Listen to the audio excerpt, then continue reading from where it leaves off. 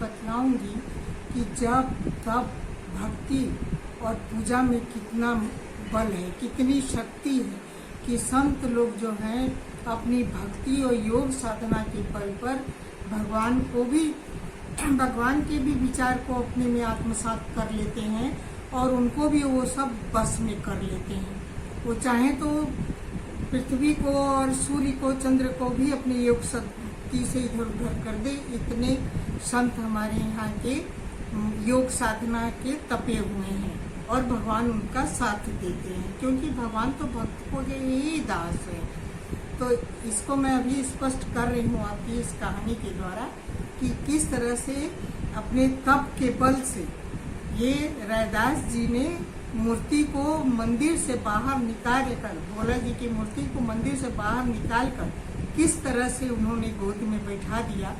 अब ये देखिए कि उनकी योग साधना में कितना बल है।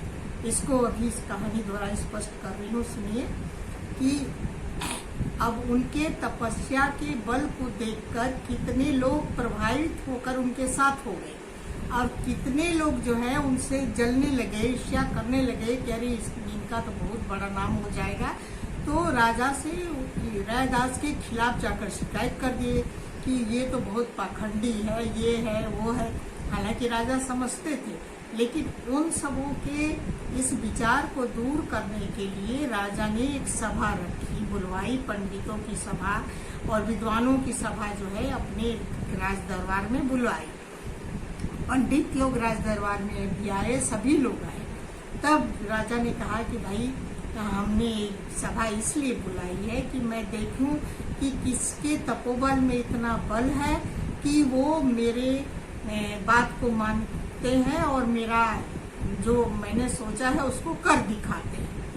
तो हुआ कि हाँ कहिए। तो उन्होंने कहा कि देखिए मेरे मंदिर में भोलेनाथ जी की मूर्ति है और जो भोलेनाथ की मूर्ति को यहीं बैठे हुए बुलाकर मेरे गोद में गिरा देगा तो मैं समझूंगा कि वही महान संत है, और तो सब पाखंडी है। सब लोगों ने बहुत कोशिश किया, कितने विद्वान थे, सब लोगों ने कोशिश किया, लेकिन वो मूर्ति बाहर नहीं है। तब राजा ने कहा कि ऐसा है कि रैदास जी आप भी कोशिश करके देखिए, हो सकता है मूर्ति आ जाए बाहर। रैदास जी अपने जगह पर बैठे और उन्होंने मूर्ति को आमंत्रित किया, आवाहन किए। जब आवाहन किए तो वन में उन्होंने जो भी लिया, भोलेनाथ का याद किया, मूर्ति का आवाहन किया और मूर्ति वहां से धीरे धीरे मंदिर से चली और आकर राजा की गोद में गिर गई। अब तो सब लोग रैदास की जयकार करने लगे, जय जयकार करने लगे। तब राजा ने कहा कि देखिए मैं इसीलिए सभा रखा हूँ कि आप लोग कहे थे कि ये पाखंडी है, तो आप लोगों के मुझे तो विश्वास था, लेकिन आप लोगों को विश्वास दिलाने के लिए मैंने रखा है कि इनके तपोबल में इतना बल है, आप लोगों ने नहीं किया, वो चीज इन्होंने करके दिखा दी।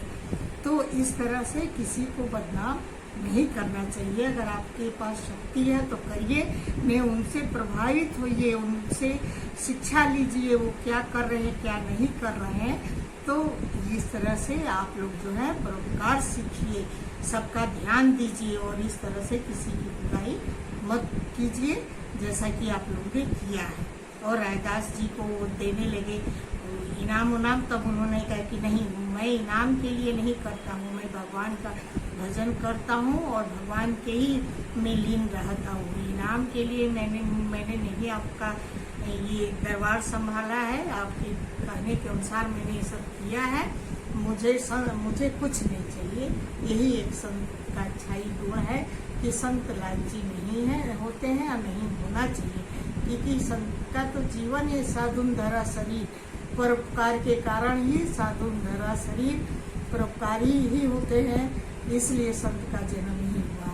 तो इस प्रसंग से यही शिक्षा मिलती है कि किसी से ईर्ष्या डाह के बारे उसका बेइज्जती न करके उसके अच्छे गुणों को हमें आत्मसात करना चाहिए, ज्ञान लेना चाहिए। जय मां।